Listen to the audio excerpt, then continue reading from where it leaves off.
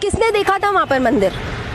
और अगर मंदिर था भी वहां पर, और अगर उस वक्त आज ही इतने सालों पहले वहां मस्जिद बन गई थी, तो फिर से उसे तोड़ के आप क्यों बनाएंगे मंदिर? और अगर आपको बनाना ही था, खतरे में नहीं है, ये देश खतरे में है। ये देश खतरे में है मोदी जी, अमित शाह जैसे लोगों से, प्रज्ञा ठाकुर जैसे लोगों से। ये देश खतरे में है।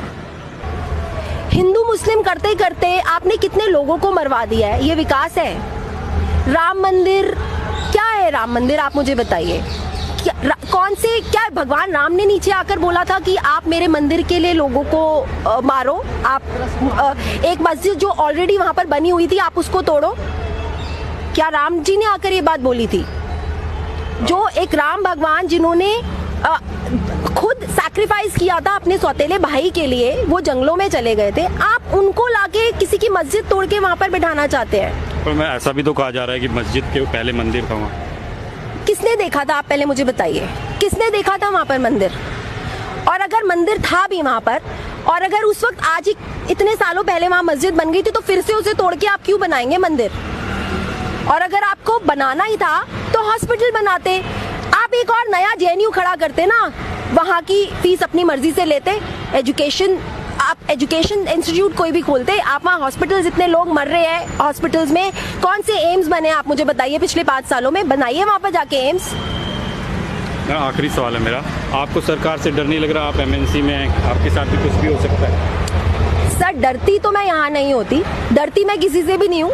जो अगर हम जैसे लोग डर जाएंगे तो ये इतनी भीड़ भी इकट्ठी नहीं हो पाएगी। और किससे डरना है, क्यों डरना है, आप मुझे बताइए। किसी की किस्मत का कोई नहीं खा सकता, और मैं नहीं डरूंगी, क्योंकि अगर मैं डर गई तो शायद मेरे जैसे बहुत सारे लोग हैं वो भी डर के बैठ जाएंगे। और अगर हम आज नहीं उठे तो हमारी आगे वाली जनरेशन, हमारे बच्चे, वो पढ़ ही नहीं पाएंगे, वो कुछ कर ही नहीं पाएंगे जिंदगी में, अपने सपने पूरे कर ही नहीं पाएंगे। ये देश, मुझे अब ऐसा लगता है कि हम लोग शायद डेमोक्रेसी पीछे छूट गई है और अब तानाशाही शुरू हो गई है। और जो लोग हैं, जिन लोगों के पास आज अच्छी नौकरियां हैं, जो पैसा कमा रहे हैं, जिनके पास अच्छे बड़े बड़े घर हैं, जिनके बच्चे बाहर पढ़ रहे हैं, उनको कोई फर्क नहीं पड़ता, क्योंकि उनके पास सब कुछ है।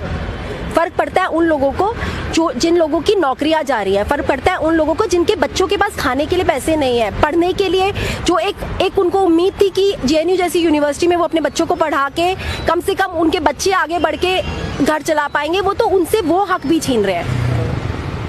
तो आप क्या चाहते हैं कि बस यहाँ पर चारों तरफ देश में जियो, अंबानी, अदानी, बस ये चलता रहे? यहाँ जियो यूनिवर्सिटी लाना चाहते हैं जेएनयू हटा के।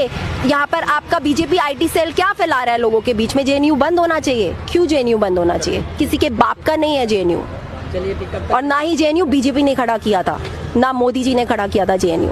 जेएनयू हर उस बच्चे का हक है जो बच्चा किसान और मजदूरों का है, जो बच्चा पढ़ना चाहता है, जो बच्चा लायक है, जेएनयू उसका है। अगर आप होम मिनिस्टर तड़ीपार को बनाएंगे तो वो तो प्रज्ञा ठाकुर तो बहुत छोटी चीज है। अगर आज हमारी कंट्री आपने पूरी उस आदमी के हाथ में दे दी है जिसके बारे में सबको पता है कि गुजरात में उसने रॉयट्स कराए थे, गुजरात में उसने लोगों को मरवाया था, आज आपने पूरी होम मिनिस्ट्री उसको दे दी है, तो प्रज्ञा ठाकुर, उसके ऊपर तो सिर्फ एक टेररिज्म का केस चल रहा है, उसके ऊपर से उनको केस हटवाना भी तो है, तभी तो हटेगा, इसीलिए तो लाया गया उसको। देश में आप मुझे बताइए ना, फिर हिंदू राष्ट्र बनेगा कैसे? हिंदू राष्ट्र बनाने के लिए ऐसे लोगों दिक्कत क्या है हिंदू राष्ट्र से? सर आप मुझे बताइए, हमारा देश क्या कहा जाता था उसको?